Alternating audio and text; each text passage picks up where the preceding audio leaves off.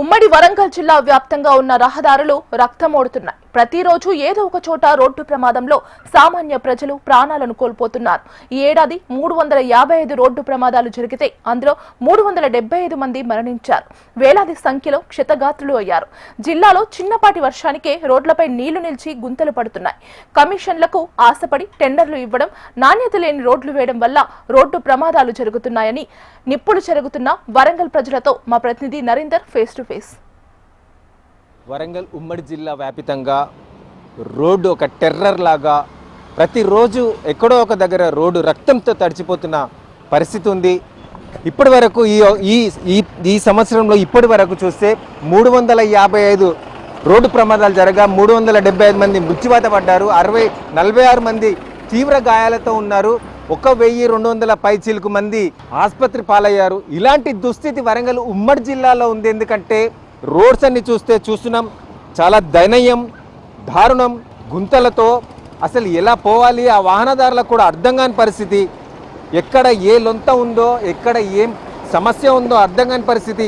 ముఖ్యంగా వర్షాలు ఎక్కువగా పడితే మాత్రం వారు వాహనాలు కింద పడిపోయే పరిస్థితి ఉంది. చాలామంది గాయాల పాలవుతున్నారు. మనం చూస్తున్నాం పోతన నగర్ లోపల ఇలాంటి దుస్థితి చాలా దయనీయంగా ఉంది. ఇక్కడ నగరవాసులు ఉన్నారు, వీరిని అడిగి తెలుసుకుందాం. చెప్పండి, ఏంటి పరిస్థితి? మరి ఇక్కడ రోడ్లు, రహదారులు, ప్రయాణికులు ఎలాంటి పరిస్థితి ఉంది? ఇక్కడ వరంగల్ నగరంలోని ఈ రాకపోకల ఇబ్బందులు చాలా జరుగుతున్నాయి. ప్రమాదాలు ఈ రోడ్లు సరిగా లేకపోవడం వల్లనే పెద్ద పెద్ద ప్రమాదాలు, గుంతలు పడి ఈ రహదారులన్నీ వరంగల్ జిల్లా మొత్తంలో ఈ యొక్క పోతన్ రోడే కాదు, హన్మకొండ ప్రాంతం కానీ వరంగల్ జిల్లా మొత్తం ఉమ్మడి జిల్లాలోని పెద్ద పెద్ద ప్రమాదాలు ఈ మధ్య కాలంలో ఈ రోడ్లు అనేటివి బాగలేకని ప్రమాదాలు అనేటివి జరుగుతున్నాయి. నర్సంపేట, ఖమ్మం, మైబాద్ లాంటి ఈ యొక్క ప్రధాన జిల్లాలు, కార్పొరేషన్స్లలో సరైన అభివృద్ధి లేక గవర్నమెంట్ అనే పట్టించుకోక ఈ యొక్క ఎమ్మెల్యేలు కానీ మంత్రులు కానీ దీనంగా పరిస్థితి వాళ్ళ యొక్క పర్సంటేజ్ల కోసమే చూసుకొని ఒక పెద్ద పెద్ద రోడ్లు, నగరాలు, ఇంటర్నేషనల్ రోడ్లన్నీ ఎక్కడ టెండర్లు వేస్తూ అంటారు కానీ అభివృద్ధి జరిగేదే లేదు. కాబట్టి ఈ యొక్క రోడ్ల ప్రమాదాన్ని అరికట్టాలి. మేము ఈ పోతాన రోడ్లో చాలా రోజుల నుంచి వెళ్ళి, ఒక సంవత్సరం నుంచి వెళ్ళి ఈ యొక్క అంటర్ రోడ్డు ప్రధానమైన రోడ్డు, ఇటు పెద్ద పెద్ద లారీలు, టిప్పర్లు, ఇటు అనేక ఇది ఒక ఇంత ఖమ్మం హైవే రోడ్ల నుంచి వెళ్ళి పోయే రోడ్డును ఇంతవరకు పట్టించుకునే పాపాన లేదు ఈ యొక్క కాంగ్రెస్ ప్రభుత్వం.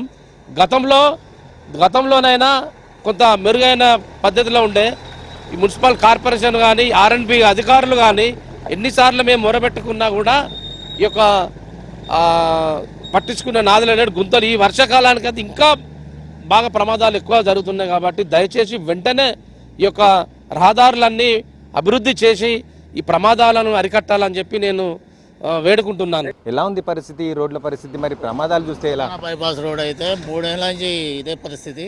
చాలామంది అడ్డం పడ్డారు, దెబ్బలు తాకినాయి, యాక్సిడెంట్లు కూడా చాలా అయినాయి. ఇది మెయిన్ ఖమ్మం రోడ్డుకు పోయే ప్రధాన బైపాస్ రోడ్డు. దీని గురించి 3 ఏళ్ళ నుంచి ఎవరు పట్టించుకోవడం లేదు, రోడ్డు కావడం లేదు. పోయి అడిగినా కూడా అయింది టెండర్ అయింది, అదైంది ఇదైంది అంటాను కానీ ఏది లేదు. మేరమ్మ వాడ ఇది, మేరమ్మ ప్లస్ నాయన రాజేంద్ర రెడ్డి ఏరియా ఇది, కానీ వాళ్ళిద్దరు ఎవరు పట్టించుకోవడం లేదు. చూస్తున్నాం మొత్తానికైతే నాయకులు పట్టించుకోవడం లేరు. ఒకవేళ ఈ కాంట్రాక్ట్ ఇచ్చినా కూడా కమిషన్ నాకు ఇంత ఇస్తేనే నీకు టెండర్ ఇస్తా అని చెప్పేసే పరిస్థితి ఉంది. కాబట్టి నాణ్యత లేని రోడ్లు ఎన్ని వేసినా ఒక్క వర్షానికి కొట్టుకుపోయే దుస్థితి ఉంది. కాబట్టి ఈ రోడ్లు చక్కగా లేక యాక్సిడెంట్లు భారీగా జరుగుతున్నాయి. దానివల్ల రోడ్డు మీద వెళ్ళే వాళ్ళు ఇంటికి తిరిగి వస్తారా లేదా అనే నమ్మకం లేకుండా ఉంది. అలాంటి దుస్థితి నెలకొని ఉంది వరంగల్ ఉమ్మడి జిల్లాలో. చూస్తున్నాం 355 మంది యాక్సిడెంట్లకి 375 మంది మరణించారు అంటే, వేలాది మంది ఆసుపత్రికి పాలయ్యారంటే ఎంత తీవ్రమైన పరిస్థితి వరంగల్ ఉమ్మడి జిల్లాలో ఉంది.